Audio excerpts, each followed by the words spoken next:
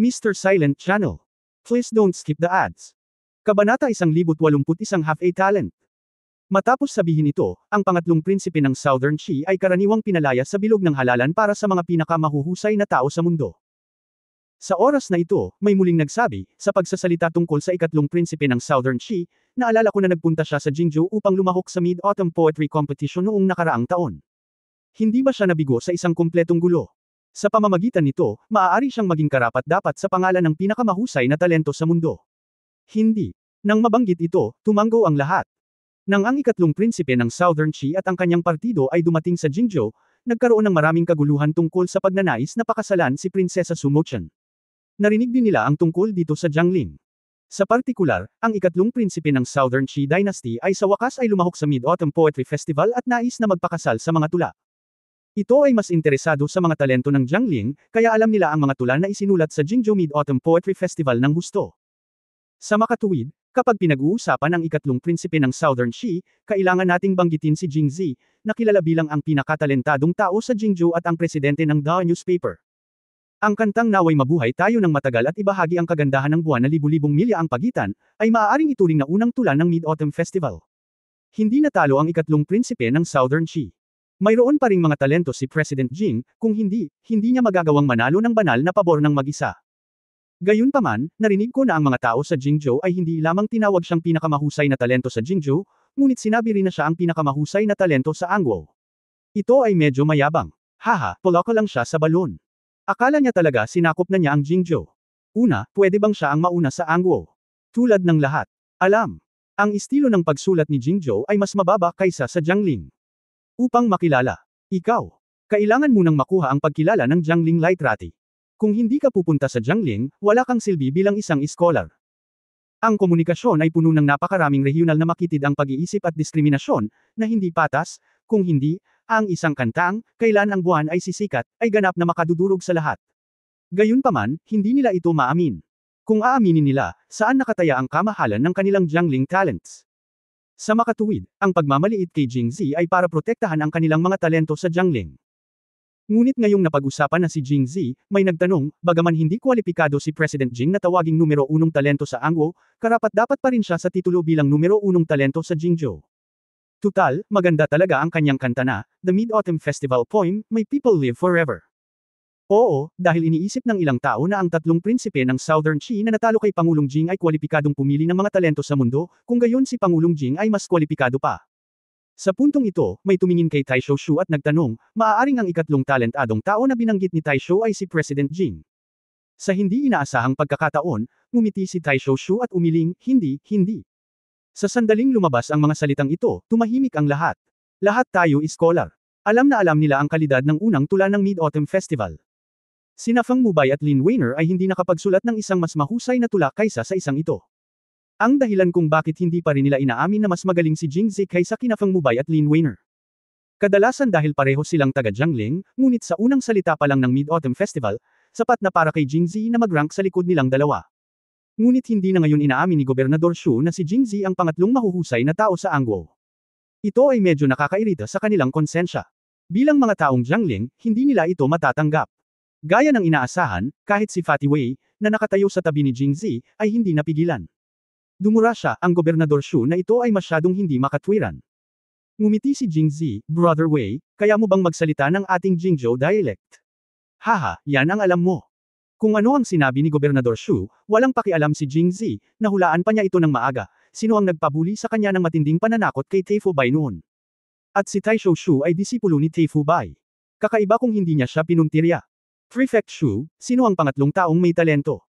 Bagamat sa kanyang puso, nadama ni Taisho Shu na medyo hindi makatwiran na hindi iliste si Jing Zi bilang ikatlong talentadong tao pagkatapos ni Feng Mubay at Lin Weiner, ngunit ang kanyang mga salita ay pumukaw din sa lahat ng sabay-sabay. Kuryosidad. Upang maging tumpak, ang ikatlong talentadong tao ay hindi isang tao, ngunit dalawang tao. Dalawang tao. Sino sila? Lalong nagulat ang lahat nang marinig ang sagot niya. Sa totoo lang, ngayon mo lang sinabi kung sinong dalawang tao ang pangatlong talentong taong ito. Hinaplos ni Shu Taisho ang bungkus ng bigot at nakangiting sinabi, ang isa ay ang Presidente Jing na kasasabi ko lang. Siya ay maituturing na kalahating talentadong tao. Matapos marinig ang pahayag na ito, sa wakas ay nadama ng lahat na mas balanse. Pagkatapos ay narinig kong nagpatuloy si Gobernador Shu, kung tungkol sa isang tao, siya ang ikatlong prinsipe ng Southern Qi. Siya rin ay kalahating henyo. Magkasama, ang dalawang taong ito ay maaaring ituring na ikatlong henyo sa mundo. After listening to this after that, tumahimik ulit ang lahat.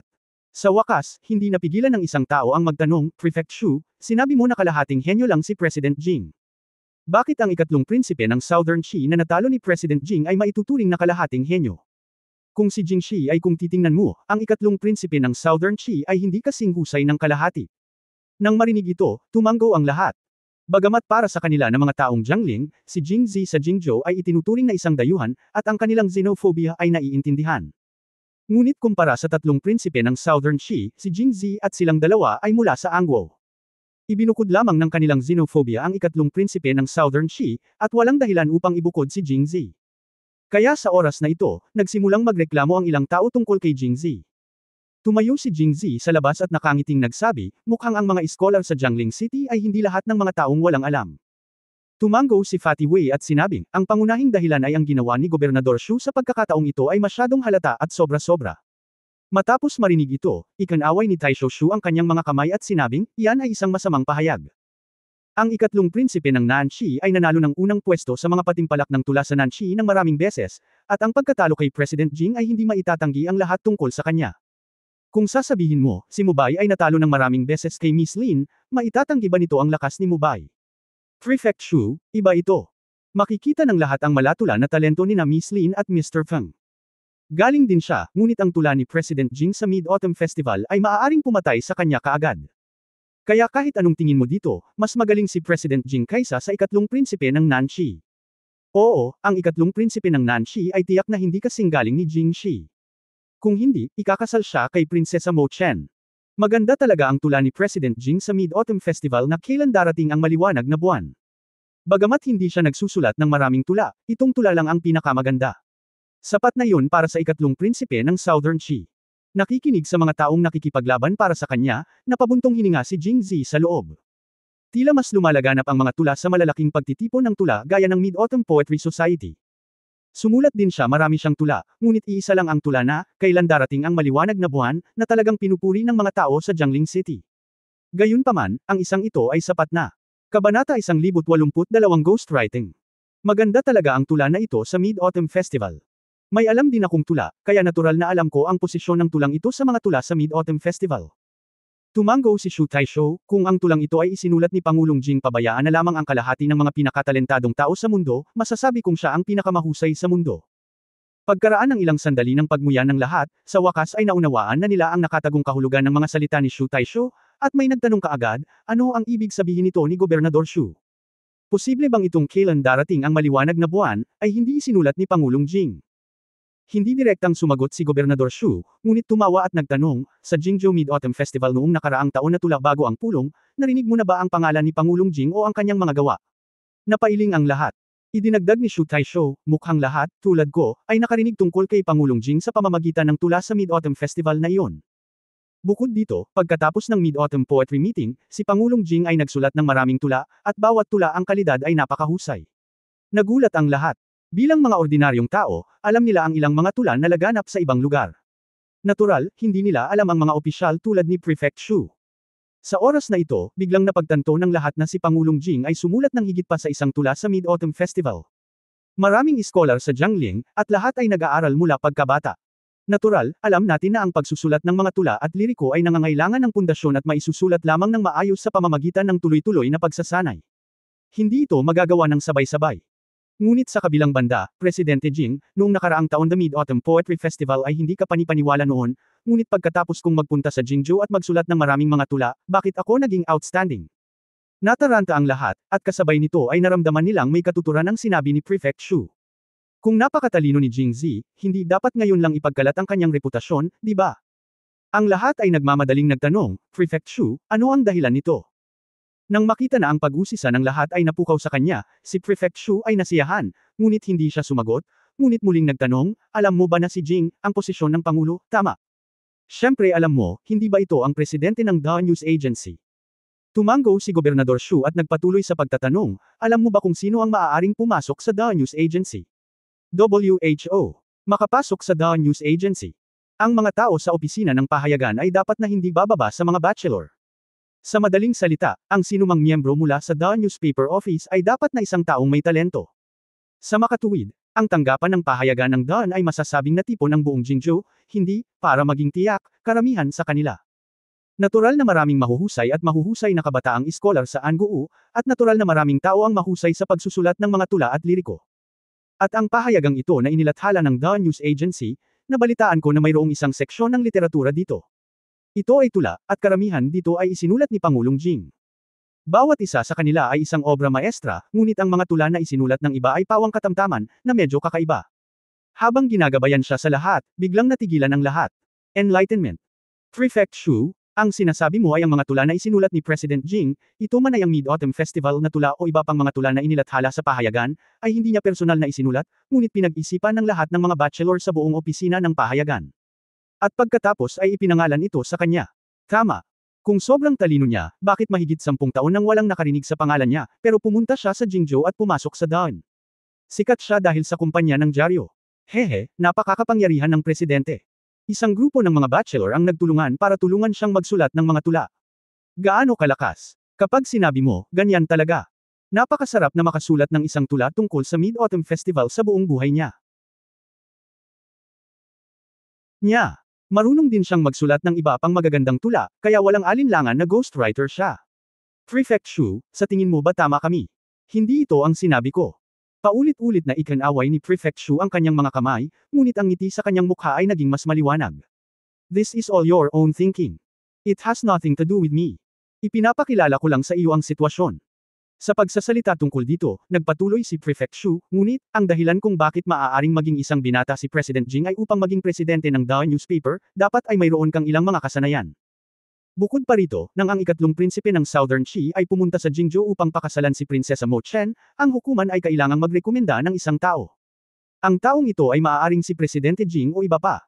Ano ang kailangan nila ni Pangulong Li at ni Pangulong Wang? Bukod dito, ang istilong pampanitikan ni Anguo ay mas orthodox kaysa sa Southern Qi, at ang Jiangling ang pinakamaunlad. Kahit na ang kabisera ng Jingzhou ay hindi maihahambing sa atin. Sa oras na ito, isang tao lang ang mairerekomenda namin na sumulat ng magagandang tula ng sunod-sunod. Hindi lamang nito mapapalakas ang moral ng mga iskolar sa Jingzhou, ngunit mapipigilan din ito na hindi tayo masyadong mapahiya kapag kaharap ang mga mahuhusay na tao sa Jiangling, na napakahusay din.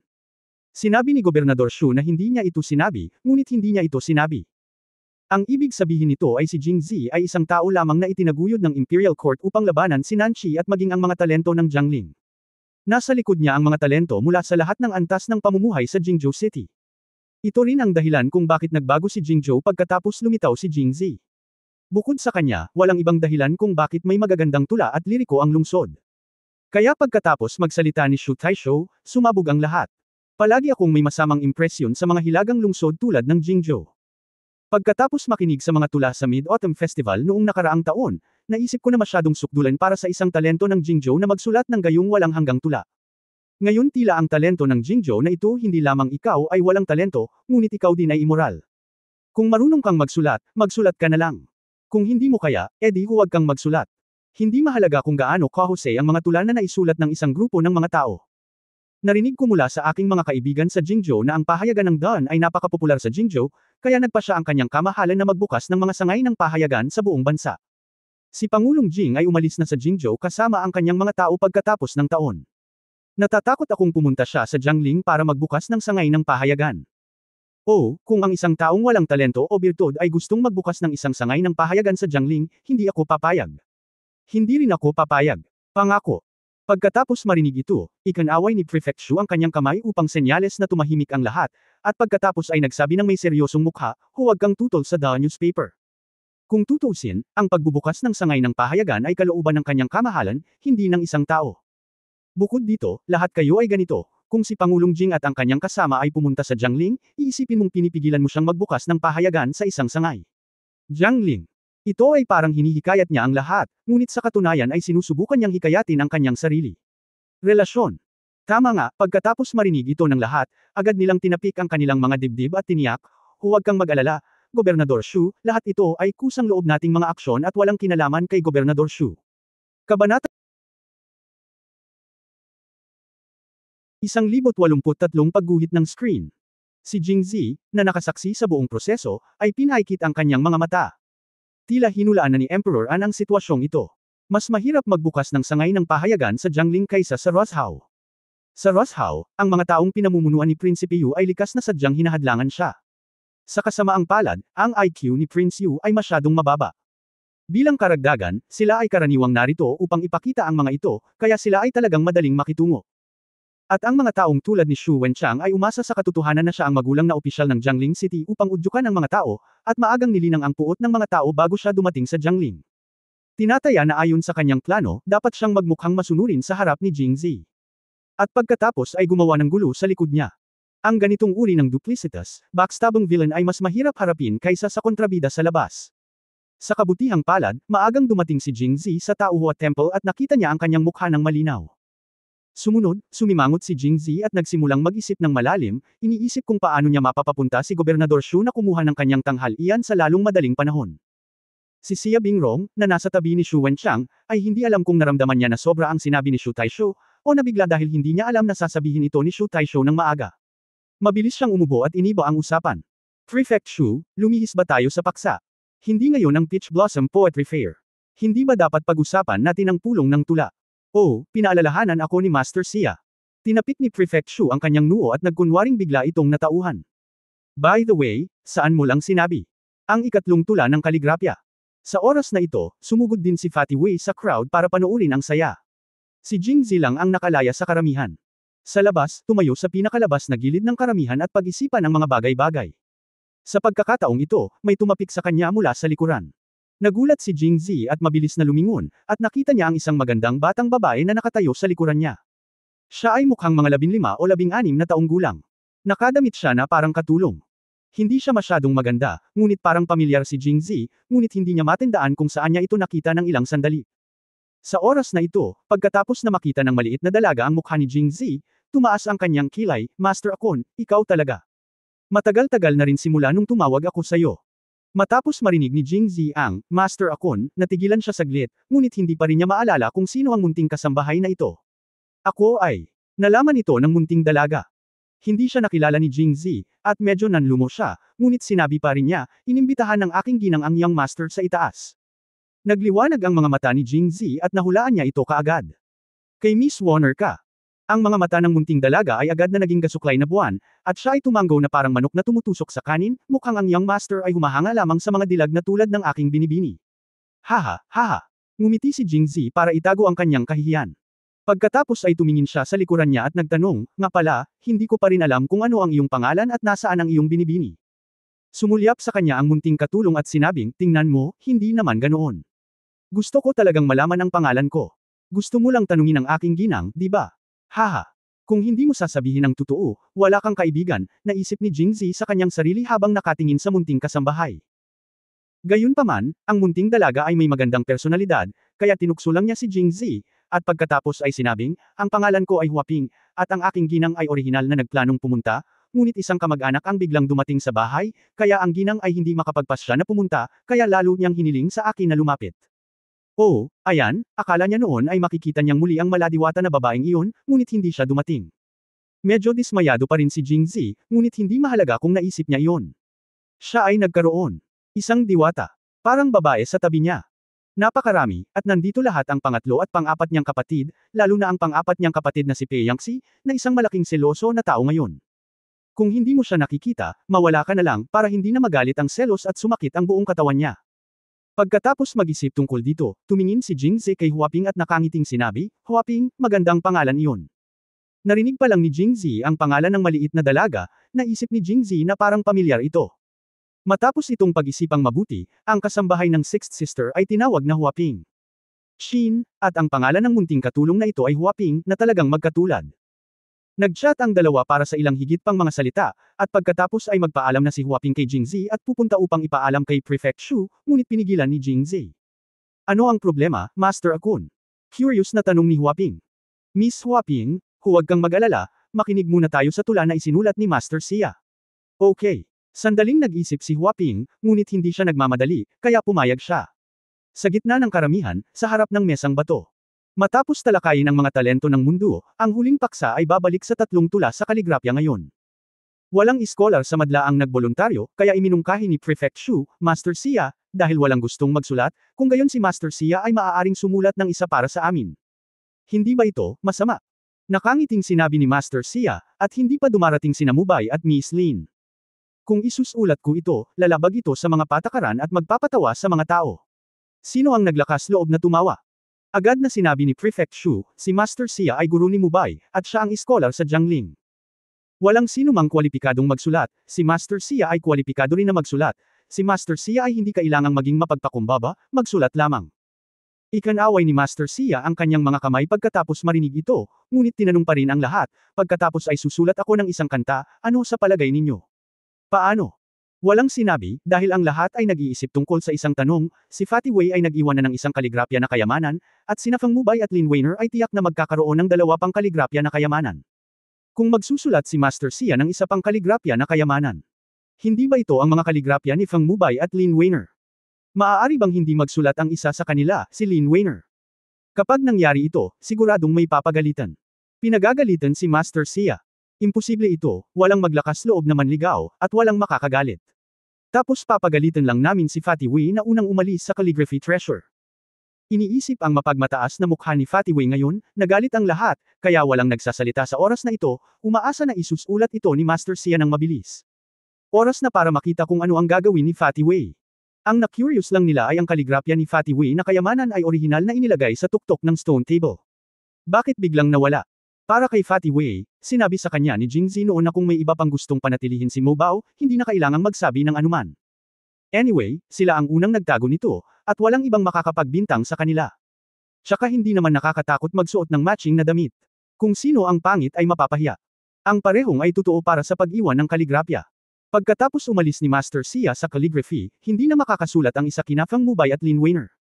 Tapos may magsusumbong talaga sa kanila. Sino ang sisisihin? Tiyak na hindi natin masisisi si Fatty Wei, na nagsusulat ng mas mahusay na mga tula, di ba? Inaakusahan si Master Sia. Malamang hindi. Sa oras na iyon, kailangan nating hanapin ang taong sadyang pinigilan ang kaligrapya ni Fatty Wei sa ibaba at nagdulot ng kalokohan. Ito ang nasa isip na sadyang hindi hinayaan ni Jingzi na sabihin ni Huaping ang balita ng maaga na si Lin Weiner ay hindi makakadalo sa pulong ng tula. Kabanata 1084 ang pinaka-talented na tao sa Jiangling. Nakita kong walang nagsasalita. Si Master Sia ay likas na naisip na ang lahat ay tahimik na pumapayag sa kanya na magsulat ng tula, kaya't iniyuko niya ang kanyang mga kamay sa lahat upang ipahayag ang kanyang pasasalamat at sinabi, dahil ang lahat ay walang pagtutol, kung gayon ay ipapakita ko ang aking kahihiyan. Sa pagsasalita tungkol dito, nagkataon akong naisip ang isang peach blossom na tula, kaya't samantalahin natin ang tawag sa peach blossom na tula sa lipunan ngayon. Habang sinasabi niya iyon, nilublab ni Master Sia ang kanyang panulat sa tinta at ginalaw ang panulat. Habang nagsusulat, iniisip pa rin niya, hoy, sino ang gumawa nitong tinta? Ngunit ang pag-iisip na ito ay lumipas lang sandali, at pagkatapos ay nagsimula siyang magsulat ng seryoso. Pagkaraan ng ilang sandali, natapos na si Master Sia sa pagsusulat, at si Prefect Shu ay tumayo sa tabi niya, pinapanood ang buong proseso. Tulad ng inaasahan kay Master Sia, sa pamamagitan lamang ng sulat kamay na ito, walang sinuman sa buong Angwo ang makakapantay sa kanya. Mahinhin na iwinagayway ni Master Sia ang kanyang kamay at sinabing, nakakatawa si Prefect Shu. Napakalaki ng Angwo kaya hindi ako nang ahas na sabihin iyon. Nang marinig ito ng iba, sinabi rin nila, masyadong nakakainis si Master Sia. Ang iyong kaligrapya ay kitang-kita sa lahat. Wala talagang ibang tao sa Angwo. Kung tutusin, comfortable ang mambola. Nakangiting tumanggo si Master Sia at hindi na nagsalita pa. Kinuha ni Prefect Shu ang rice paper at sinabing, natapos na ni Master Sia ang pagsusulat. Babasahin ko ito para sa kanya. Itinaas din ni Jingzi ang kanyang mga tenga, handang makinig. Libo-libong puno ang puno ng tagsibol, na sumasalamin sa pulang kulay ng mga tao sa lahat ng dako. Sa Windworm Fairy Temple, bumalik ang tagsibol sa Jiangling. Ang mga oriole ay dapat makitang bumabagsak, at ang mga paru-paro ay lumilipad sa kalangitan. Gusto kong gumuhit ng mga larawan, at ang mga sanga ay natatakpan ng mga palumpong ng kawayan. Magandang tula, maganda anong tula. Sa sandaling matapos basahin ni Prefect Shu, may nagsimulang kumuha ng litrato. Wala ni isang peach blossom sa buong tula, ngunit malinaw na inilarawan ang tanawin ng bundok na puno ng mga pulang peach at willow. Ito ay karapat-dapat kay Master Sia. Bahagyang tumanggo si Master Sia pagkatapos pakinggan ito, nakaramdam ng labis na pagmamalaki. Naisip na niya ang tulang ito. Pagkaraan ng ilang oras, inaasahan niyang matatanggap ang papuri na ito. Sa oras na ito, lumabas si Prefect Shu at gumawa ng panghuling buod, hindi ko pa alam kung ano ang mga tula ni Namubay at Miss Lin, ngunit batay sa kalidad ng tula ni Master Xia, walang pagtatalo tungkol sa pagdaragdag ng ikatlong tula ng kaligrapya. Sino ang nakakakilala sa kanya sa sandaling matapos siyang magsalita, isang tao sa karamihan ang nagsabi, tingnan natin kung sino ang may mas mahusay na tula, si Miss Lin o si Mr. Feng, at iiwan ang huling kaligrapya na kayamanan. Natigilan si Prefect Shu at agad na nagsabi, Mubay at Miss Lin. Natural, lahat sila ay mag-iingat ng mga kayamanan ng kaligrapya. At saka, hindi ba dalawa pa? Gaya ng inaasahan, siguradong hindi kasing husay ni Lin Weiner si Feng Mubay. Dapat piliin ang isa sa kanilang dalawa na panatilihin ang mga kayamanan ng kaligrapya, at ito ay natural na si Lin Weiner. Kaya naman binigyang diin ni Prefect Shu na may natitira pang dalawang tula. Ulo. Sa oras na ito, tumayo ang fellow Daoist Feng at nagsabi, Prefect Shu, isa na lang ang natitira sa calligraphy, kaya isa lang kina Mr. Feng at Miss Lin ang maaaring umalis sa calligraphy. Anong nangyayari? Nagdilim ang mukha ni Prefect Shu. Lumabas si Mashibin sa tamang oras, Prefect Shu, bago si Master Xia. Nagboluntaryo na si Fatty Wei na magsulat ng isang tula sa calligraphy ng maaga. Ito ang pangalawang tula ni Master Xia, kaya isa na lang ang natitira. Pagkatapos magsalita, nagkatinginan sina Mashibin at fellow Daoist Feng, at kumikislap ang tuso sa kanyang mga mata. Ito ang kanilang plano, na sadyang itago ang tula ni Fatty Wei, at pagkatapos ay gabayan si Master Xia na magsulat ng isa. Ito ay tiyak na haantong sa mga salungatan, at pagkatapos ay si Prefect Shu at ang iba pa ay hindi rin may iwasang ilabas ang kanyang galit kay Fatty Wei kung tutusin, siya lamang ang mahina. Humph, hahayaan kitang sumigaw at tingnan kung paano ka umiyak mamaya. Nang marinig ang kanyang sinabi, ilang beses na sumulyap si Gobernador Shu sa mga tao, at pagkatapos ay damapo sa Fatty Wei, napakatalim. Bakit napakababa ng pamantayan ng ating Peach Blossom Poetry Club? May makakapag-iwan ba ng kayamanan ng kaligrapya? Ano man ang sabihin ng iba, hindi ka ba marunong magligtas ng ilang mukha para sa iyong sarili? Kahit na ang mga salita ni Prefect Shu ay hindi makatwiran. Sabi sa isang tao, pero alam ng lahat na binubugbog lang niya si Fatty Wei. Medyo nahiya din si Master Xia. Bagamat naramdaman din niyang bulag ang pagsusulat ni Fatty Wei, siya ang unang sumulat nito pagkatapos ng lahat. Kung nalaman niya ito ng maaga, tiyak na hindi na niya ito muling isusulat, dahil isang kota na lang ang natitira. Weird siya rin ang may kasalanan. Kaya sabi niya, basahin muna natin ang mga tula ni Mr. Wei. Nasaan ang iyong mga tula? Tumingin si Prefect Shu sa mesa at hindi pa rin ito nakita, kaya nagsimula siyang magtanong kay Fatty Wei. Si Fatty Wei ay hindi tanga. Marahil ay nahulaan na niya ang dahilan ng bagay sa oras na ito. Kinaikit niya ang kanyang mga mata at sinabing, oh, bumalik kay Prefect Shu, ilalagay ko ito sa mesa pagkatapos ko itong isulat. Nililinis ito ni na Brother Feng at Brother Maria. Maaaring magtanong si Prefect Shu sa kanila. Fat Wei, napakapaninirang puri mo. Pinagpawisan sina Dao Yufeng at Mashibin at agad na gumanti. Sumulyap si Gobernador Shu sa kanila at pagkatapos ay kay Fatty Wei. Malamang nahulaan niya ang dahilan. Mukhang nahihirapan ang 3 taong ito. Napaaway silang dalawa ni Fatty Wei. Itigil ang pagsasalita ng walang kaparirikan at kunin ang kanyang kaligrapya.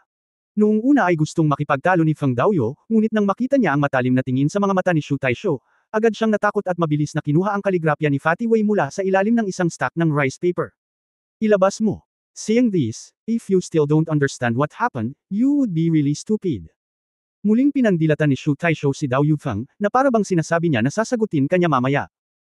Pakiramdam niya ay tiyak na hindi kasing ganda ng kay Master Xia ang mga tula ni Fatty Wei, kaya pinunit niya ang kanyang kaligrapya sa kalaunan, kaya isang kaligrapya na lang ang natitira. Ang pagpunit sa orihinal na kaligrapya ay isang insulto sa taong nasasangkot. Lalo na kung kumalat, masisira ang reputasyon mo. Ngunit si Fatty Wei ay nararapat dito, at si Gobernador Shu ay walang pakialam sa kanya. Kaya titingnan niya muna kung ano ang isinulat ni Fatty Wei. Sa sandaling ibinaba niya ang kanyang ulo, nakita niya si Master Xia sa tabi niya na may pagkapurol sa kanyang mukha. Nagulat siya at naramdaman niyang may mali. Nagmadali siyang tumingin, at pagkatapos ay naging parang kay Master Xia ang kanyang ekspresyon. Ang Fatty Wei na ito. Talagang mas mahusay na sumusulat ng mga tula kaysa kay Master Xia. Hindi mo mapupunit ng ganito. Kung hindi maganda ang mga tula na isinulat ni Fatty Wei, mapupunit sila. Si Fatty Wei ang mapapahiya, pero ang gaganda ng mga tula niya. Kung mapupunit sila, si Master Xia ang mapapahiya. Sa makatuwid, si Prefect Shu ay hindi nang ahas na mapunit, at ang kanyang mukha ay naging mas malungkot. Ibinaling niya ang kanyang ulo at tinitigan ng masama sina Feng Daoyu at Mashibin. Nang matapos ang pulong ng tula, kailangan niyang makipag-ayos sa kanila. Dumating na si Master Feng. Sa sandaling ang kapaligiran ay nasa isang stalemate, nagkaroon ng panibagong kaguluhan sa harapan ng Taohua Temple, na mas masahol pa kaysa noong dumating si Prefect Shu. Maya-maya, pumasok ang isang binata na nakasuot ng puting damit na napapaligiran ng kanyang mga katulong. Lumingon si Jingzi at nakitang nasa 23 o 4 na taong gulang ang binata, mas matanda sa kanya ng ilang taon. Siya ay may payat na figure at isang disenteng anyo. Hindi man siya kasing galing sa kanya ay kinikilala pa rin siyang gwapo sa mga lalaki. Hawak niya ang isang natitiklop na pamaypay sa kanyang kamay at may librong hangin tungkol sa kanya.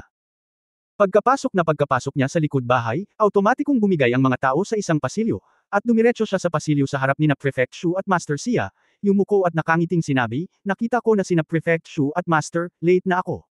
Ang binata na ito ay si Ji Feng Mubay, na kilala bilang, ang pinakatalentadong tao sa Jiangling. Kabanata 1085 Karapat-dapat ka ba? Matapos makita ni Jingzi si Feng Mubay, ang una niyang naisip ay, bakit parang pamilyar siya? Nang makita niyang muli ang mukha ni Shu Wen, bigla siyang nagising, masyadong magkamukha sina Feng Mubay at Shu Wen, tama ba? Lalo na sa pagitan ng mga kilay at mata, para silang isang taong inukit sa iisang amag. Paggunita sa sinabi ni Fatty Wei, ang ama ni Feng Mubay ay walang anak sa loob ng maraming taon sa Jingzhou, ngunit nang bumalik siya sa Jiangling, sa wakas ay nagkaroon siya ng isang anak na lalaki. Inaalam pa kung talagang anak niya si Feng Mubay, o kung may tumulong sa kanya. Mukhang malaki ang papel ni Gobernador Shu dito, naisip ni Jingzi. Binati ni Feng Mubay sina Gobernador Shu at Master Xia saglit, pagkatapos ay tumingin sa paligid at nagtanong, "Oy, hindi pa pumupunta si Warner dito?" Miss Lin, matagal na akong hindi kasali sa pulong ng tula, at baka nakalimutan ko ang oras ng pulong ng tula, na mapagpaumanhin. Sinabi ito ni Master Xia, ngunit iniisip niya kung paano sasabihin ang kwento tungkol sa dalawang tula sa kaligrapya. Alam ni Feng Mubay kung paano obserbahan ang mga salita at ekspresyon. Napag-alaman niya na ang mga ekspresyon sa mukha ni na Prefect Shu at Master Xia ay medyo nawala, lalo na si Master Xia. Bagamat siya ang kanilang kausap ay tila wala doon ang kanilang mga iniisip. Kaya't tahimik siyang nagtanong, "Guro, ano ang mali?" "Mubay, tingnan mo ito." Itinuro ni Master Xia ang stone table at sinabi, "Oy, may nag-iwan na ng calligraphy treasure." Napataas ang kilay ni Feng Mubay nang makita ang rice paper sa stone table. Sa tuwing gaganapin ang isang pulong ng tula, ang pag-alis sa mga kayamanan ng kaligrapya ay kailangang maghintay hanggang sa dumating sila ni Lin Warner. Matagal na itong hindi nakasulat na tuntunin. Matapos niyang makitang malinaw ang malakas na kaligrapya sa rice paper, ngumiti siya at sinabing, ito pala ang kaligrapya na iniwan ng guro. Ang kaligrapya ng guro ay kasing ganda pa rin ng dati, at labis na hinahangaan ito ng mga estudyante. Mayroon ding tulang ito, bagamat walang bahagi nito sa buong tula. Peach Blossom, ngunit ito ay namumulaklak sa mga tao sa lahat ng dako. Ang aking guro, si Feng Mubay, ay natural na pinuri ito, at ang kanyang mga salita ay hindi ganap na nagyayabang. Bagamat nag-aral siya sa ilalim ni Xia Bingrong, napakahusay niya sa calligraphy. Sa daan, hindi pa rin ito may kukumpara dito. Medyo naintindihan na niya ngayon na ang dahilan kung bakit ganito ang hitsura ni Xia Bingrong ay marahil ay dahil sa pag-iingat niya ng maaga sa kayamanan ng kaligrapya at naramdaman niyang nilabag niya ang mga patakaran, di ba? Kaya ang kanyang mga salita ay tila nakakabigay puri, ngunit sa katunayan ay inaaliw siya ng mga ito. Ngunit ang nakakapagtaka ay hindi bumuti ang mukha ni Xia Bingrong matapos marinig ang kanyang mga salita, bagkus ay lalo pang lumala. Mubay, tingnan mo itong muli. Kasunod ng direksyon ng daliri ni Xia Bingrong, sa wakas ay nakita ni Feng Mubay ang problema at nakasimangot. Bakit may isa pang tula sa kaligrapya? Kinuha ito ni Feng Mubay at tiningnan. Ang nakakuha ng pansin niya ay ang nakasulat na sulat kamay. Wala man lang kaligrapya, at hindi gaanong naiiba sa sulat kamay ng mga kalahating taong gulang na iyon sa mga pribadong paaralan. Bago niya ipagpatuloy ang pagbabasa, nanlamig ang kanyang mga mata, sino ang sumulat ng tulang ito? Ako ito. Tumayo si Fatty Wei na nakataas ang ulo at nakataas ang dibdib. Mukha siyang confident, at natural na nagmula sa tulang iyon ang kanyang kumpiyansa. Tula. Ikaw ba? Namula ang mukha ni Fatty Wei. Hindi man siya sikat, magkaklase sila ni Feng Mubay noong sila ay nasa paaralan. Pero ngayon tinanong niya kung sino siya. Ito ay masyadong nakakahiya. Nakuha ko. Ito si Fatty Wei. May sumigaw. Tumango si Feng Mubay at malamig na tumingin sa kanya, hindi mo ba naiintindihan ang mga patakaran ng Peach Blossom Poetry Club? O sadyang nanggugulo ka ngayon? You can eat randomly, but you can't talk nonsense. Ay bakit ka nandito para manggulo? Galit na sabi ni Fatty Wei na namula ang mukha. Hindi ito gumagawa ng gulo, kung gayon bakit mo itinago ang kayamanan ng kaligrapya? Haha! Ngumisi si Fatty Wei, masyadong katawa-tawa ang sinabi ni Mr. Feng, di ba? Hindi ba't ang Peach Blossom Poetry Club na ito ay mag-iiwan ng 3 kayamanan sa kaligrapya sa dulo? Talaga? Gusto kong magtago ng 3 kayamanan ng kaligrapya. Biglang itinaas ni Feng Mubay ang kanyang ulo at itinutok ang kanyang malamig na liwanag kay Fatty Wei, ngunit karapat-dapat ka ba?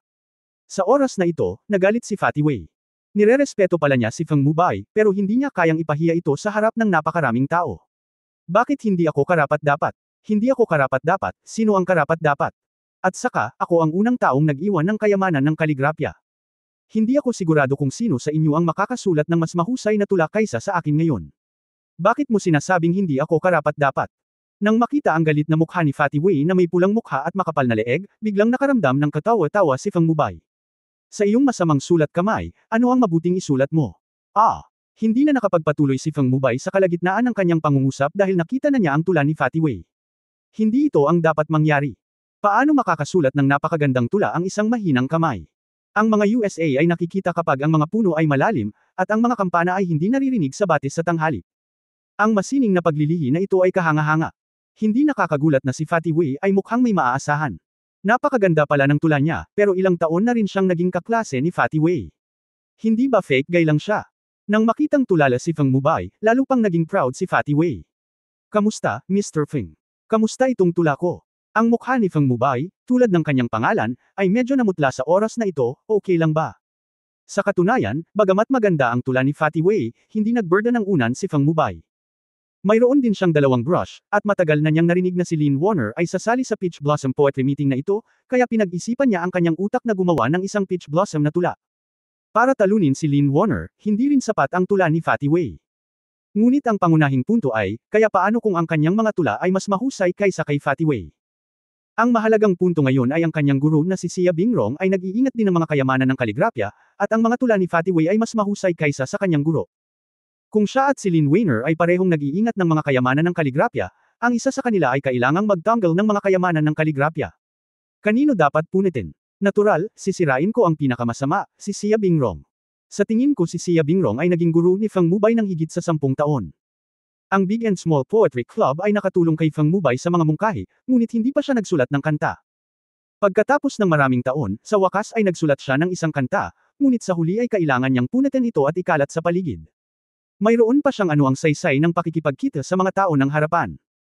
Dahil maayos ang lahat, okay lang ba kung itago ko ang kayamanan ng kaligrapya? Natahimik sandali si Feng Mubay, at sa wakas ay ibinaba ang kanyang mapagmataas na ulo at sinabi sa malalim na boses, walang problema.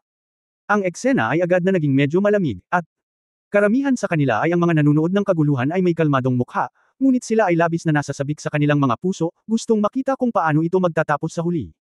Napaatras ng ilang hakbang si Feng Mubay, lumapit kina Prefect Shu at Master Xia at nagtanong, Guro, ano ang nangyayari? Hoy!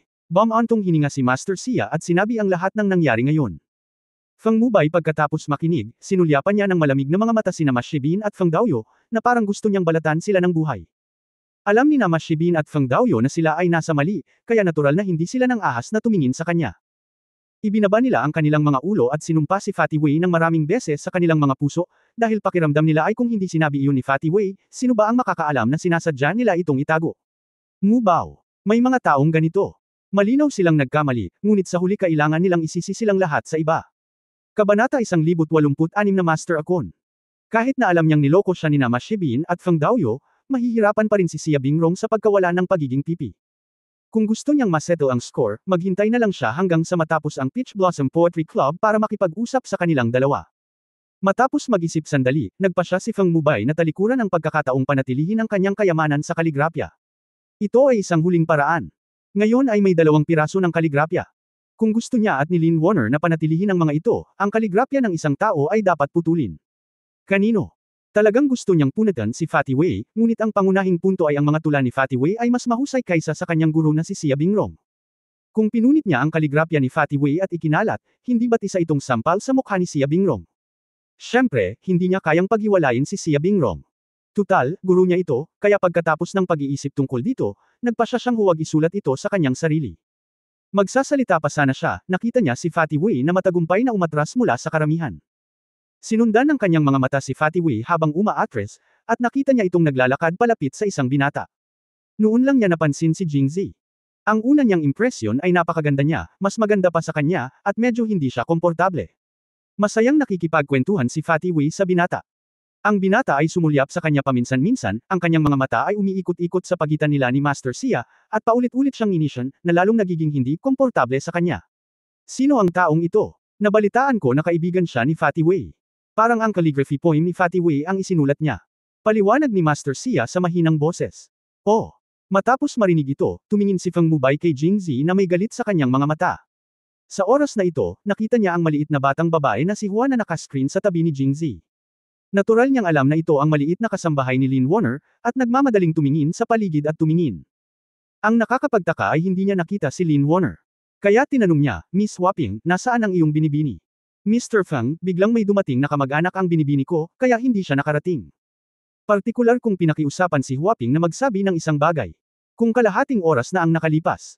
Pagkarinig ng balitang ito, tiyak na madidismaya si Feng Mubay, at ayaw na niyang pumunta sa Peach Blossom Poetry Club kung wala si Lin Warner, ano ang silbi ng pagkuha ng higit pang mga unang lugar. Sa mata ng iba, palagi nilang mararamdaman na si Lin Warner ang nagbigay sa kanya ng unang pwesto. Pero iba na ngayon. Matapos marinig ang balita, nakahinga siya ng maluwag ng walang dahilan. Ganoon din ang pakiramdam ni Xia Bingrong sa kanya. Kung hindi dumating si Lin Warner, ang kota para sa isang tula sa calligraphy ay mabakan, na nagligtas lamang sa kanya. Siyempre, hindi lang silang dalawa ang na-relieve, pati sina Ma Shibin at Feng Daoyo. Noong una ay gusto nilang makitang magpakatanga si Fatty Wei, ngunit sa huli ay nawala sa kanila ang lahat. Kung dumating si Lin Weiner, silang dalawa ang pinakamalas ngayon. Alam ng Diyos kung paano sila haharapin ni Feng Mubay pagkatapos ng pulong ng tula. Kaya't kung hindi dumating si Lin Warner, ito ay magiging isang malaking pagpapala para sa kanila. Sumunod, nakangiting sinabi ni Feng Mubay, nakakalungkot na biglang nagkaproblema si Miss Lin at hindi nakadalo sa Peach Blossom Poetry Recital. Kung gusto kong makita ang calligraphy ni Miss Lin, natatakot akong maghintay ako para sa susunod na pagbigkas ng tula. Pagkatapos ay nagsimula muli ang pag-uusap. Nagpalit siya ng dahil wala si Miss Lin, maaari lang akong magsulat ng isang tula sa kaligrapya upang ipakita ang aking kapangitan. Sinasabing, pinapakita ang aking kapangitan, ngunit may tonong hindi mapag-aalinlanganan, na parabang ang huling tulang kaligrapya na ito ay dapat ipagwalang bahala. Iyon ang dapat niyang isulat. Ngunit sa sandaling kinuha niya ang panulat, isang hindi naaangkop na boses ang tumunog. Hindi magsulat si Master Feng. Sinundan ng lahat ang boses at ang lahat ng kanilang mga mata ay napunta kay Jingzi. Muling na-excite ang mga taong kumakain ng melon na orihinal na akala nila ay hindi sila makakapanood ng palabas, parang may kakainin pang melon, at mukhang hindi maliit. Sino siya? Malamig ang mga mata ni Feng Mubay, ngunit hindi siya tumingin kay Jingzi. Tila hindi karapat-dapat si Jingzi nang pagkakataong makausap siya. Ito si Master Akun. Nagpakilala agad si Huaping. Master Akun. Natural, walang nakarinig sa kanya. Kung tutusin, ang pagpapakalat ng impormasyon sa panahong ito ay nakasalalay sa bibig. Hindi madali para sa mga iskolar na nasa malayong lugar tulad ni Jiang Ling na marinig ang tungkol kay Jingzi at sa kanyang, kailan darating ang maliwanag na buwan. Natural, hindi nila malalaman ang pseudonym ni Jingzi bago siya sumikat. Alam. Matapos marinig ang pagpapakilalang ito, nakahinga ng maluwag si Prefect Shu nang walang dahilan, dahil nang makita niya si Jingzi, naisip niya ang isang tao, at ang pagpapakilala ni Huaping ay tinanggihan ang kanyang hula at pinasaya siya, sa kabutihang palad, hindi ang taong iyon, kung hindi, ngayon lang nahulog sa tenga niya ang mga salitang iyon, problema. Si Fatty Wei, na nakatayo sa malapit, ay nag-iisip, kaya si Brother Jing ay tinatawag na Jing Kun. Anong pangalan? Master Akun. Binibigkas ito ni Feng Mubay ng isang beses, ngunit syempre hindi pa niya ito narinig. Agad niyang tiningnan si Jingzi na may matalas na mata, sabihin mo sa akin, bakit hindi ako makapagsulat? Tumayo si Jingzi at hindi nagmamadaling ibunyag ang kanyang pagkakakilanlan. Tanong niya, ako ay isang dayuhan, at hindi ako masyadong pamilyar sa mga alituntunin ng Peach Blossom Poetry Society. Nabalitaan ko lang na ang 3 tula ng kaligrapya na may iwan sa lipunan ng mga tula ay dapat na ang pinakamahusay na mga tula na kinikilala ng lahat, tama ba? Oo. Tumanggo si Feng Mubay. Kahit na ang mga patakaran ay nasira para sa ilang mga kadahilanan ngayon, ang mga patakaran ay pa rin ang mga patakaran. Ang kanyang boses ay naging ganap na malamig, bakit, sa palagay mo ang aking mga tula ay hindi kinikilala ng lahat? O maaari bang sumulat ng mas mahusay na mga tula kaysa sa akin? Hindi sumagot si Jingzi, ngunit itinanong ang parehong tanong, bakit, iniisip ni Master Feng na ang mga tula na isinulat mo ay dapat na mas mahusay kaysa sa iba? Sa sandaling lumabas ang mga salitang ito, ang buong lugar ay nagkagulo. Ang calligraphy treasure na iniwan ni Fatty Wei kanina ay malamang nagawa ng binata sa kanyang harapan. Ito ang tacit na pag-unawa ng lahat ng naruroon. Ngunit gayunpaman, naramdaman ng lahat na hindi kayang hamanin ng tula si Feng Mubay. Siyempre, si Feng Mubay mismo ang nag-isip. Magsasalita pa sana siya ng ilang salita, may sumabog na ingay sa labas. Tumingin ang lahat sa labas at nakita ang 2 monghe, isang mataba at isang payat, na pumapasok sa likod bahay mula sa labas, at sinundan din sila ng abot ng Peach Blossom Temple. Anong nangyayari? Tumingin si Shu Taisho sa kanila at nagtanong. Bumalik sa Prefect Shu, may nagpatambo sa akin, nagnakaw ng aking insenso at pumasok sa templo. Ang nagsalita ay natural na ang payat na monghe. Sa pagkakataong ito, hinawakan niya ang dumudugong kalbo niyang ulo at galit na sinabi. Gusto pala ng payat na monghe na i-blackmail si Jingzi, ngunit hindi niya inaasahan na hindi sinunod ni Jingzi ang mga patakaran at pinatalsik siya. Pagkatapos niyang magising, lalo siyang nagalit. Nagmamadali siyang lumabas ng kakahuyan at handang pumunta sa templo para ayusin ang score kay Jingzi. Ngunit bago pa man siya makasugod ay pinigilan siya ng matabang monghe, sumisigaw na gusto niya ng 10 tail ng pilak mula sa kanya. Saan siya may 10 tail ng pilak?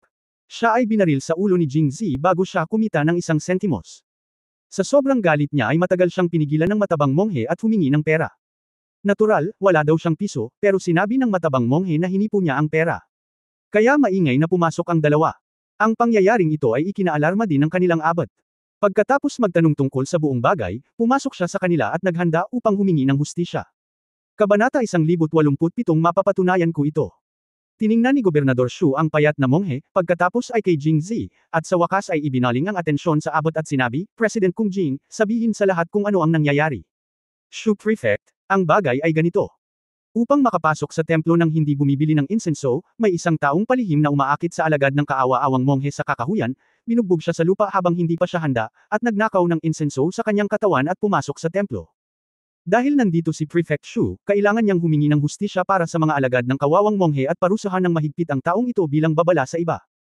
Pagkatapos magsalita ni Master Kung Jing, napunta ang kanyang mga mata kay Jingzi. Mukhang alam na niya kung sino ang nakabangga sa kanya. Alagad. Nakita rin ni Prefect Shu ang tingin ni Master Kung Jing na bumagsak kay Jingzi. Pagkatapos ng maikling eye contact ng dalawa, nalaman din ni Prefect Shu kung sino ang attacker. Ang mga pagdakip na dinala ko ay nagkataong nasa labas ng templo. Kung totoo ang lahat gaya ng sinabi ni Master Kung Jing, kung gayon ang taong ito ay masyadong matapang. Kailangan kong magpadala ng isang tao upang dalhin siya pabalik sa bilangguan at parusahan siya ng matinding.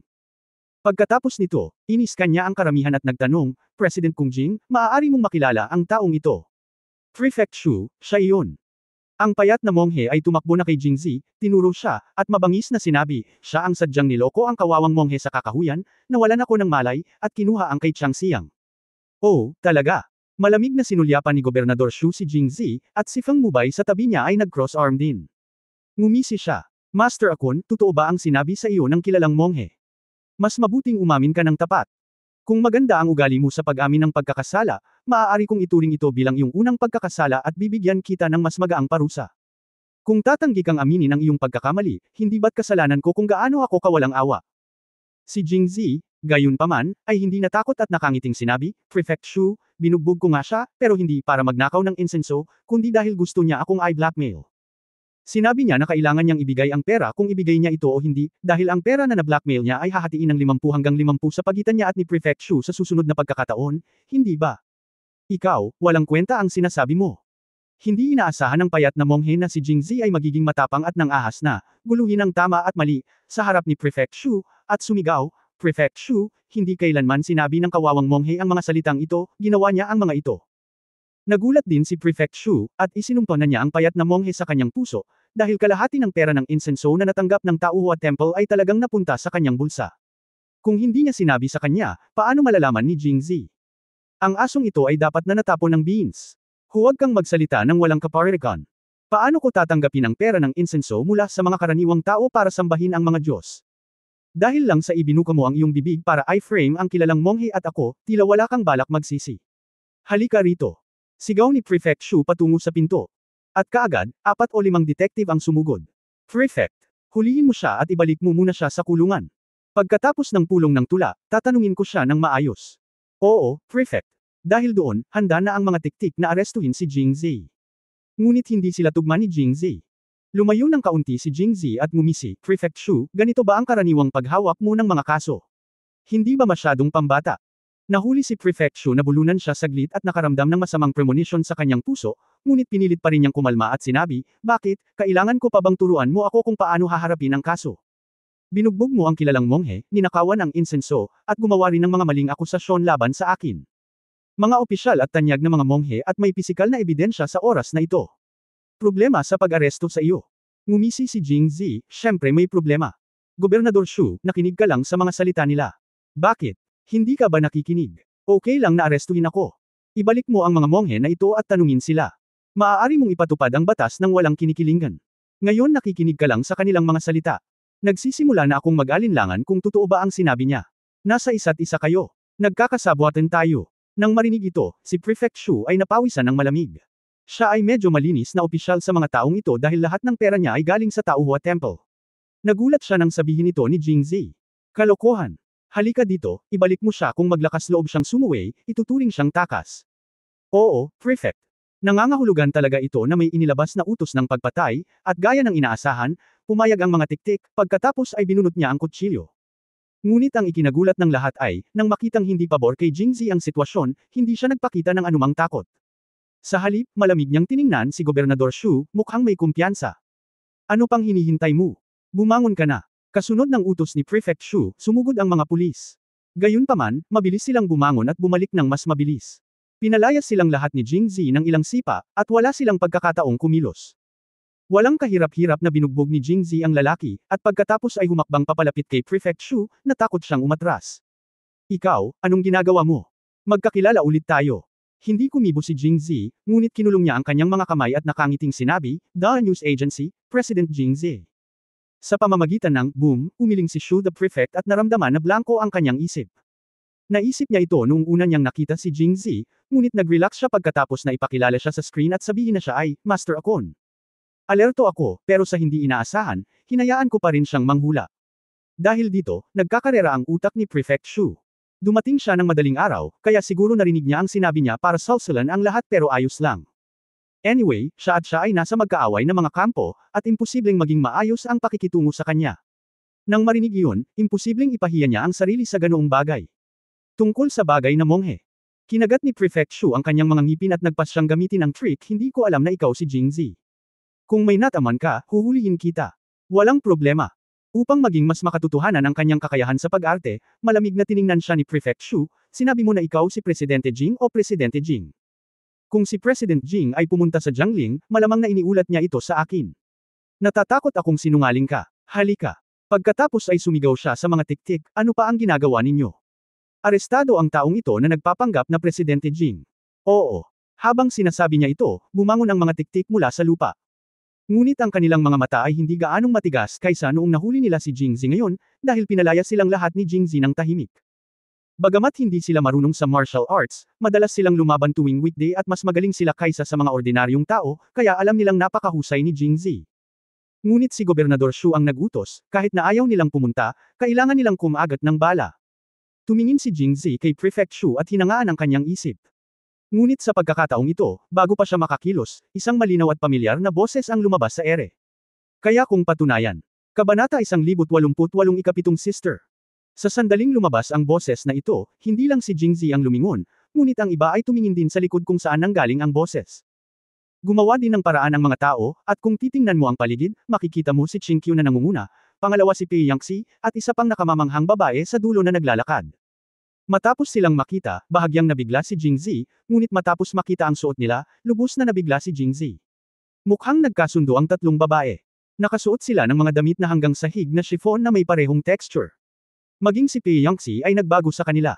Dapat ay nakipag-usap sila sa isa't isa, ngunit ang ikinagulat ni Jingzi Haoju ay malayo sa estilo ng pananamit. Pero ang kulay. Ang mahabang palda ni Qingqiu ay matingkad na dilaw, at isinama sa kanyang maputing balat, mas nakakasilaw ang hitsura nito. Mapusyaw na berde ang mahabang palda ni Pei Yangxi. Kasama ng kanyang kasalukuyang kalmado at walang malasakit na estado, ginagawa nitong makalimutan ng mga tao ang kanyang karaniwang pagiging aloof. Pinupupuno nito ang malalagang mga batang dahon sa nakapalibot na mga puno ng peach.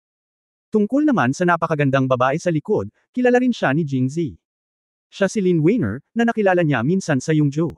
Matapos siyang hindi makita sa loob ng maraming araw, ganoon pa rin siya kaelegante at pino, at ang kulay ng kanyang mahabang damit ay isang bihirang matingkad na kulay.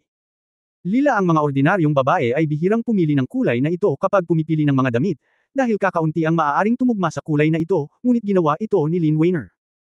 Sa oras na ito, tatlong nakamamanghang babae ang dumating, ngunit ang lahat ng kanilang mga mata ay nahulog kay Jingzi, lalo na si Lin Weiner, na mainit at mapagmahal, na nakakainggit sa mga tao. Gayunpaman, wala sa mood si Jingzi na tumugon, at tuluyang nawala sa mga alaala. Iyon ay bumalik maraming taon na ang nakalilipas.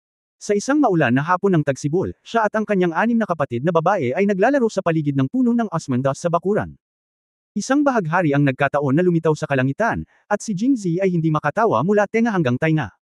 Pagkatapos ng araw na iyon, ang kanyang 6 na kapatid na babae ay madalas na nagsusuot ng mahabang palda, simula sa pangalawang kapatid na babae at nagtatapos sa ika-7 kapatid na babae. Ang mga kulay ng kanilang mahabang palda ay nagsimula sa orange, na sinundan ng dilaw, berde, cyan, asul at lila. Sa oras na iyon, si Jingzi ay nakasuot pa rin ng mahabang palda. Natuwa siya at natarante saglit, ito raw ang kulay ng bahaghari. Kasabay nito, tinanong niya ang kanyang pangalawang kapatid na babae, si Zhu Xining, kung bakit walang nakasuot ng pula. Sa oras na iyon, ngumiti lang si Zhu Xining at hindi sumagot. Pagkaraan lamang ng maraming taon ay naunawaan ni Jingzi na hindi dahil walang nagsusuot nito, ngunit ang taong nagsuot nito ay nasa Mang Mountain. Siyempre, nabigla si Jingzi hindi lang dahil ang 3 magkakaibang damit na ito ang nagpabalik sa kanyang alaala, kundi dahil suot ni Lin Weiner ang purple na damit na dapat ay pag-aari ng kanyang ika-7 kapatid na babae. Ika-7 sister. Kaya't natigilan si Jingzi, at ang mga fragment ng memorya ay nagsimulang pagsamasamahin ng unti-unti. Nang makilala niya si Lin Weiner sa unang pagkakataon sa Yongzhou, sa Chunshui Tower, bukod pa sa paghanga niya rito, palagi niyang nakikita ang kakaiba. Noong mga oras na iyon, naisip ko lang na dahil sa sobrang ganda ni Lin Weiner, kaya hindi ko ito pinag-isipan ng malalim. At si Lin Weiner mismo ang nagsabi na kung umalis siya sa Yongzhou at dumiretso sa Pangzhou para hanapin ang mga dati niyang kaibigan, tiyak na hahanapin niya ang pamilya ni Jingzi. Pagkatapos nito, bumalik siya mula sa Pangzhou at tumigil sa pakikilahok sa anumang pagtitipon ng tula. Tiyak na nalaman niya ang tungkol sa pagkamatay ng Jings at ng kanyang asawa. Ang kanyang kasambahay ay tinatawag na Huaping, na halos kapareho ng katulong ng 6th sister na si Huaqin. Si 6th sister ay may pinakamagandang relasyon sa 7th sister mula pagkabata, at ngayon ay nakatayo siya kasama si 3rd sister at 4th sister. Ang lahat ng mga pahiwatig ay tumuturo sa isang bagay siya ang ika-7 kapatid ni Jingzi. Sa pagtingin kay Jingzi, itinikom ni Lin Weiner ang kanyang mga labi at may luha sa kanyang mga mata. Sa oras na ito, nagsalita si Prefect Shu, Queen Qingqiu, bakit mo nasabi iyan? Si Qingqiu ay nakatingin kay Jingzi mula nang siya ay dumating. Bagamat hindi siya kasing excited ni Lin Weiner, gaya ng babae ni Jingzi, halos ilang buwan ko na siyang hindi nakikita, kaya natural na inaabangan ko ito. Matapos marinig ang sinabi ni Prefect Shu, at ubili niyang inilayo ang kanyang mga mata kay Jingzi at mahinang sinabi, dahil ako ang kanyang pangatlong kapatid na babae, natural kung mapapatunayan na siya ay aking kapatid, si Jingzi. Ngayon, tuluyan ang sumuko si Prefect Shu. Siya, ito ba talaga si President Jing? Kahit sumuko na siya, kailangan pa rin ang drama. Bakit, hindi pa rin naniniwala sa akin si Prefect Shu? I don't dare, I don't dare. Bigla lang kasi. Bagamat walang opisyal na posisyon si Qingqiu, bilang ang pinakanamumukod tanging disipulo ng Qinyan sect, ang pinuno ng 4 na pangunahing sekta, hindi pa rin siya mangangahas na saktan ni Prefect Shu na malamang nasakupin ng Qinyan sect. Pagkatapos ay inayos niya ang kanyang mood at tumingin kay Jingzi, na nagpapakita ng pagkagulat at pagkasabik. Talagang baha ito na tinangay ang Dragon King Temple na kilala ni Xiaoguan si President Jing. Dahil hindi niya alam na darating si President Jing, kaya napakasakit ng mga salita ko ngayon, at gusto ko pa rin akong parusahan ni President Jing. Pagkasabi niya nito ay umuko siya. Sa mga mata ni Jingzi, hindi masyadong magaling ang kanyang husay sa pag-arte, ngunit hindi siya pinahirapan ni Jingzi kahit na hindi niya sinaktan ang nakangiting lalaki. Hindi kailangang sisihin ni Prefect Shu ang kanyang sarili. Gaya nga ng kasabihan, ang hindi nakakaalam ay walang kasalanan, wala akong pakialam. Salamat, Pangulong Jing. Napakaganda ni Pangulong Jing. Marahan siyang pinambabola ni Prefect Shu at tumayo. Sa oras na ito, wala nang balak si Jingzi na makisali pa sa mga taong ito, dahil ang kanyang puso ay nakatuon sa kanyang 3 kapatid na babae, lalo na sa ika-7 kapatid na babae. Sa pagkakataong ito ang kanilang relasyon ay mas dramatic kaysa sa iba pang 6 na kapatid na babae.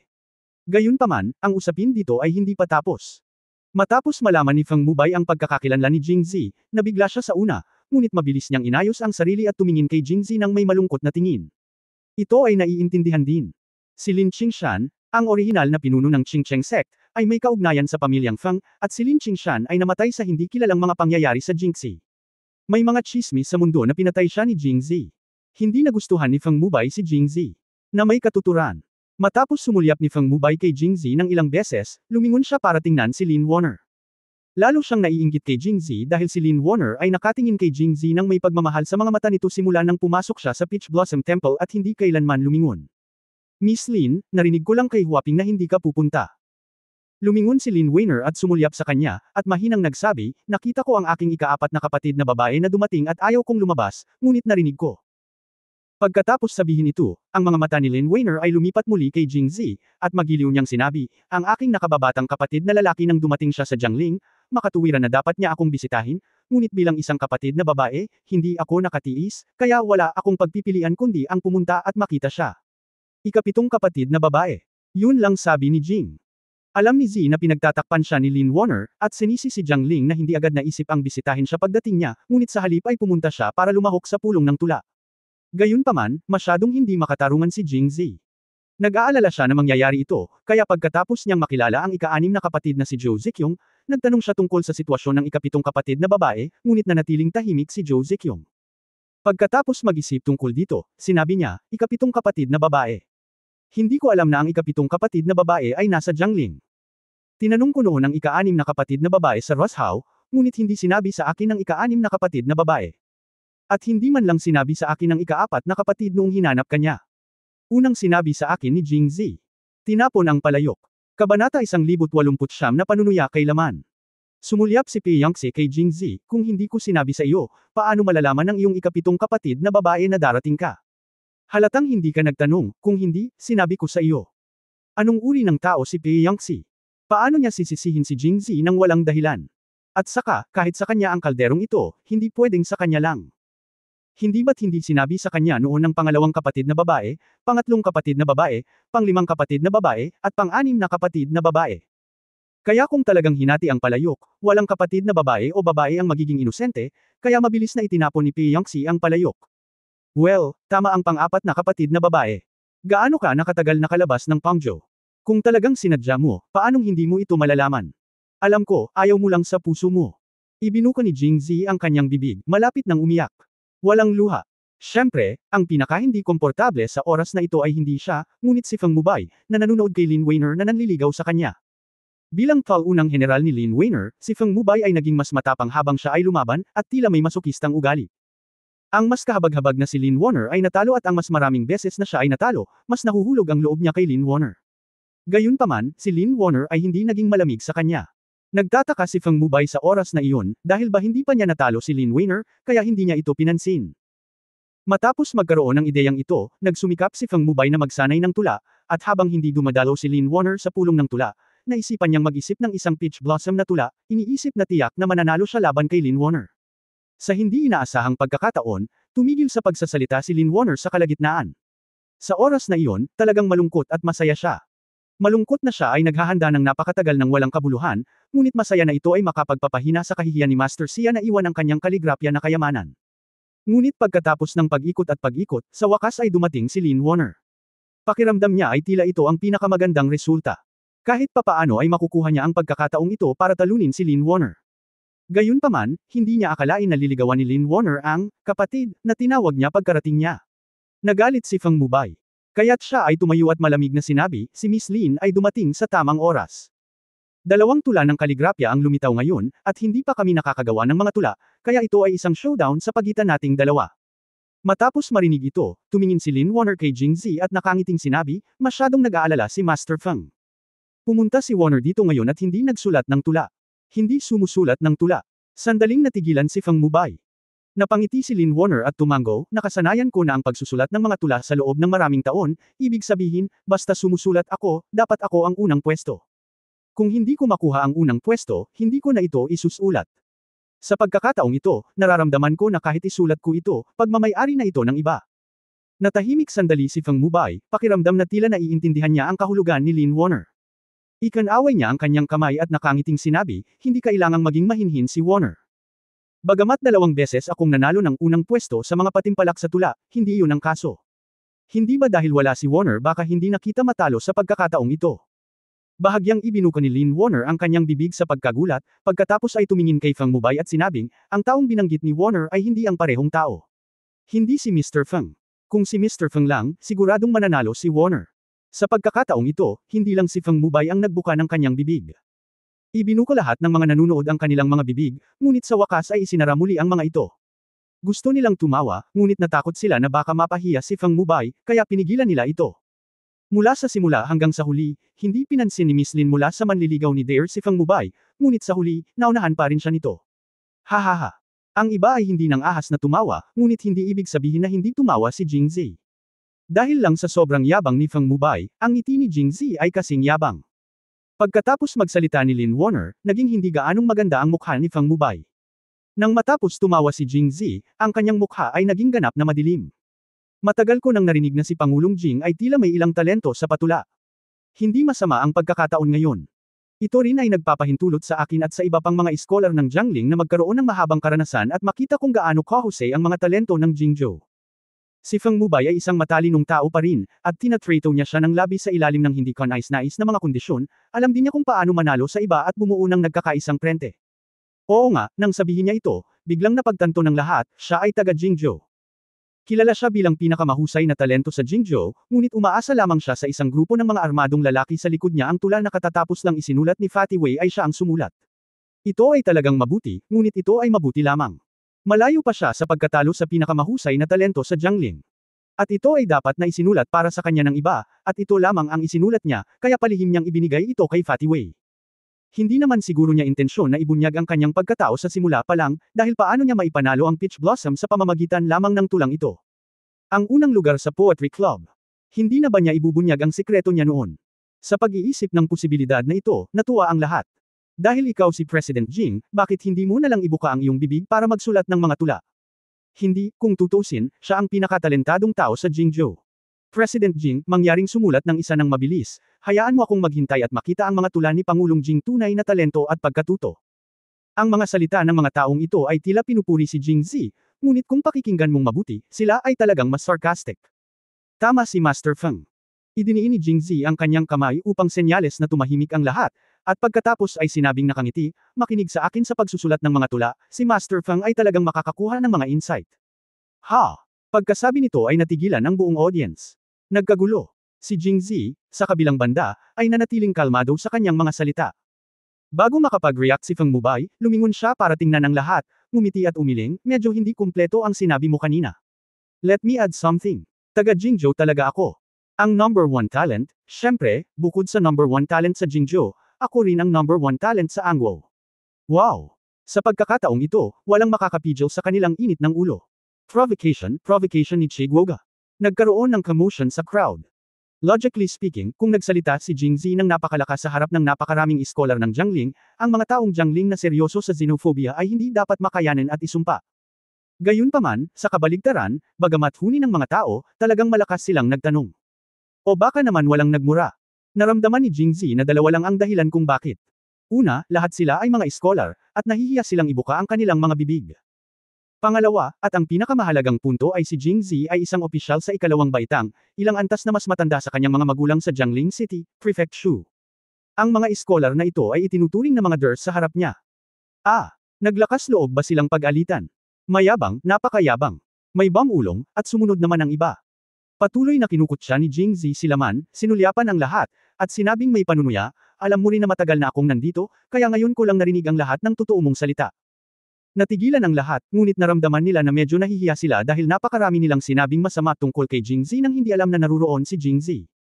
Now thinking about it, normal lang sa kanya na kutsain sila. Kung sila iyon, ang isang tao ay magsasabi ng napakaraming masamang bagay tungkol sa kanilang sarili. Natatakot ako na matagal na ang nakalipas. Hindi ko na napigil ang tumalon at magmura. Kabanata 190 sa tingin mo ako ay ikaw. Nang makitang tahimik pa rin sila, nagpatuloy si Jing Zi, sa tingin mo ba talaga na ang mga tulang isinulat ko ay isinulat ng iba, tama? Bagamat hindi nagsasalita ang lahat, tinitigan siya ng mga mata ng napaka-unfriendly. Dituwirang pagpapahayag ng kanilang mga saloobin. Hindi ito sineseryoso ni Jing Zi at sinabing, nakikita kong lahat kayo ay mga iskolar. Kung isinulat ninyo ang tula sa Mid-Autumn Festival na kailan darating ang maliwanag na buwan, handa mo bang ibigay ito sa iba? O iba pang mga tula, hanggat ang isang tao ay maaaring magsulat ng isang tula bakit siya magbibigay ng mga magagandang tula sa iba at magpapasikat sa mga ito? Oo, para sa lahat ng bagay, sapat na ba ang lahat, isa lang ang kanyang, sikat.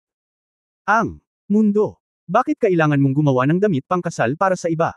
Sa oras na ito, muling nagsalita si Jing Zi, sarkastiko pa rin. Nako, nakalimutan ko, sa husay mong pasang may 3 paa, hindi ka man lang makakasulat ng ganoon kagandang tula, paano mo maiisip? Napakarangal ni President Jing. Kaya ng iba, si Feng Mubay talaga hindi ko na kaya. President Jing, kinakausap mo ba kami ngayon bilang iskolar o bilang presidente ng The Newspaper? Malamig na tiningnan siya ni Jing Zi, bakit, may pagkakaiba ba? Siyempre may pagkakaiba. Sinabi ni Feng Mubay, kung kakausapin mo kami bilang presidente ng The News Agency, tulad ngayon, ilang tao sa palagay mo ang maglalakas loob na magsabi sa iyo ng totoo? Ikaw ay isang pangalawang ranggo na opisyal, maging ang aming Jiangling Governor Shu, na may pinakamataas na opisyal na posisyon. Dalawang antas na mas mababa sa iyo, lalo na kaming mga ordinaryong tao. Kung si Pangulong Jing ay umaasa sa kanyang katayuan at gagamitin ng iba sa kanyang opisyal na posisyon, hinding-hindi mo maririnig ang kanyang opisyal na posisyon para sugpuin ang iba.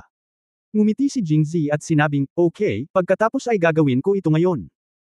Halika sa Peach Blossom Poetry Society bilang isang scholar, lahat ay malayang makapagsalita. Bagamat ang iba ay nagsabi nito, ang iba ay natatakot pa rin at hindi nagsasalita. Gayunpaman, bumitaw si Feng Mubay at naon din ang sarcastic mode, kung gayon, gagawin ko. Sa halip na tawagin kang Presidente Jing, tatawagan kitang Young Master Jing. Hindi sumagot si Jing Zi at gumawa lang ng whatever gesture. Nang makita ito ni Feng Mubay, nagpatuloy siya, sinabi lang ni Master Jing, sino ba ang magiging hanggal para ibigay ang napakagandang tula sa iba, di ba? Sa katunayan, normal lang na maglabas ng magandang tula na mananalo sa unang pwesto sa isang pulong ng tula. Paano ito maibibigay ng isang tao ng basta-basta? Sa puntong ito, bigla niyang iniba ang paksa, pero paano kung hindi ito kusang loob na ibinigay? Tumingin si Jing Zi sa kanya, anong ibig mong sabihin? Kanina ko lang sinabi, President Jing.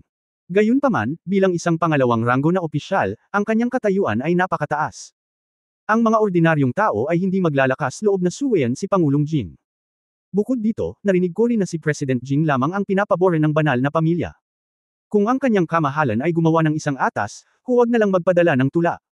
Kahit na ibigay mo ang iyong buhay, walang sino man ang manggahas sa sabi. Malamig na sabi ni Feng Mubay. Mukhang hindi lang naniniwala si Mr. Feng na lahat ng tula na isinulat ko, ay galing sa sarili kong kamay.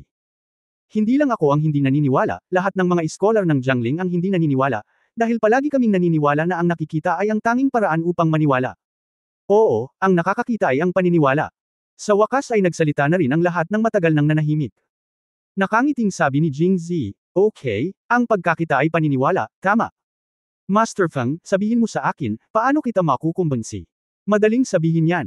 Lumiwanag ang mga mata ni Feng Mubay, at ito ang hinihintay niya, Master Jing, huwag mong gawing halimbawa si Dan. Bilang Pangulo ng Pahayagan, ngunit bilang isang ordinaryong tao, kung kaya pa niyang manalo sa unang pwesto, lahat tayo ay makumbinsi. Bilang isang ordinaryong tao, mukhang natakot talaga si Mr. Jing. Overthinking mo ito. Ako ang pinaka-talented na tao sa Angwo. Paano ako makakasali bilang isang ordinaryong tao? Nabulunan si Feng Mubay at saka sinabing, nandito pa rin si Young Master Jing. Huwag ka munang magsalita ng walang kaparirikan. Pagkatapos mo akong talunin, hindi pa huli para sabihin na ikaw ang pinaka-talented na tao sa Angwo. Kung hindi, kapag natalo ka mamaya, hindi mo ba siya pagtatawanan? Pinandilatan siya ni Jing Zi at sinabing, huwag kang magsalita ng walang kaparirikan. Hindi pa ako natalo sa anumang patimpalak ng tula na sinalihan ko. Minsan, sa tingin mo ba ako ay ikaw, ang 1,000 taong gulang? Paft. Namula si Feng Mubay sa sinabi ni Jing Zi. Hindi rin komportable ang iba. Si Lin Warner lang ang walang ganoong pag-aalinlangan. Itinuon niya ang lahat ng kanyang lakas kay Jing Zi. Kay Zi. Bagamat nakilala ng dalawa ang isa't isa, hindi sila nagsalita ng mag-isa, at hindi sila malinaw tungkol sa kasalukuyang pag-uugali ni Jing Zi. Naturally, hindi sila kalmado gaya ni Na Qingqiu at Kei Yangxi, kaya hindi napigilan ng isa sa kanila at direktang tumawa. Nang mapagtanto niyang nakuha niya ang atensyon ng lahat, agad niyang tinakpan ang kanyang bibig at ikanaway ang kanyang mga kamay, nagpapahiwatig na dapat magpatuloy ang lahat at huwag tumingin sa kanya. At si Feng Mubay ay labis na pinahiya ni Jing Zi sa harap ng lahat ng mga iskolar ng Jiangling at ng kanyang sariling diyosa kaya nanginginig siya sa galit, okay. Matapos sabihin ang, okay, ng 3 beses na sunod-sunod, ayaw na niyang maghintay pa. Tumingin kay Jing Zi at sinabi sa malalim na boses, ang magsalita ng walang kaparirikan ay hindi isang kasanayan, gawin natin ang tunay na kahulugan sa tula. Pagkatapos sabihin iyon, maaaring naisip niya ang tula ng Peach Blossom na sinulat ni Fatty Wei, at sinabing sarkastikong, naku, muntik ko nang makalimutan, sinabi lang ni Mr. Jing na nagsulat ka na ng Peach Blossom na tula, di ba? Well, hindi masama, pinaplano ni Jing na gamitin ang tulang ito para makasali sa pulong ng tula ngayon. Kung gayon, maaaring hindi mapanalunan ni Jing ang unang pwesto sa pulong ng tula. Siyempre hindi, nakakasulat ako ng sandamakmak na mga crappy na tula na ganito, anong kakaiba dito? Okay. Nagpa siya si Feng Mubay na huwag nang magsalita pa at dumiretso sa tula, dahil natatakot siya na kung sasabihin pa niya ang mga salita, hindi na niya ito may sulat. Nang dumating ang tula, galit na galit siya. Hindi talented si Feng at ipinakita ang kanyang kahihiyan. Habang sinasabi niya ito, humakbang pasulong si Feng Mubay, inilagay ang kanyang mga kamay sa likod, bahagyang tumango, tumingin sa unahan, at pagkatapos ay nagsimulang maglakad sa bukas na espasyo sa harap ng mesang bato, na may buong poster. Pagkaraan ng ilang beses na paglalakad, bigla siyang tumayo, binuksan at isinara ang natitiklop na pamaypay sa kanyang kamay, umiling, at nagsimulang magbasa. Ang mga piraso ng pulang bulaklak ay nasa buong bundok, at ang tubig sa bukal ay umaagos sa tabi ng mga bundok. Ang mga pulang bulaklak ay madaling mahulog tulad ng kalooban ng isang tao, at ang tubig ay tumutulo tulad ng kalungkutan ng isang magsasaka. Ang mga bulaklak ng peach ay unang namumulaklak sa mainit na tagsibol, at sino ang hindi nakikita ang kagandahan? Sa kasamaang palad, pagkatapos umihip ang malakas na hangin, nagkalat ang matingkad na pulang bulaklak. Very lumot. Ang tulang ito ay inihanda ni Feng Mubay sa loob ng ilang buwan. Ito ay base sa eksena at akma sa tema ng Peach Blossom Poetry Meeting ngayon. Ang mga bundok, mga bulaklak ng peach, at mga batis ay inilarawan lahat. Kahit na ipikit mo ang iyong mga mata, may isip mo ang eksenang ito ng mga pulang may lakotan at berdeng willow sa pamamagitan lamang ng pakikinig sa ilang mga pangungusap na ito. At simula sa pangalawang K, nahulog ako sa tanawin. Ang mga pulang bulaklak ay madaling mahulog tulad ng kalooban ng isang tao, at ang tubig ay tumutulog tulad ng kalungkutan ni Nung, ay isang tunay na paglalarawan ng, ang nalalaglag na mga bulaklak ay sinadya, at ang umaagos na tubig ay walang awa. Bukod dito, nang basahin ni Feng Mubay ang pangungusap na ito, masuyong tumingin siya kay Lin Warner. Kung ano ang gusto niyang ipahayag, kahit siya ay isang kahit tanga ay maiintindihan. Kahit na hindi ko siya gusto, kailangan kong sabihin na ang kalidad ng tulang ito ay talagang mahusay, at ito ay higit pa sa sapat na upang manalo sa unang lugar sa Peach Blossom Poetry Club. Pero sayang nakilala niya ang sarili niya. End of this chapter. For more updates, click on the notifications bell.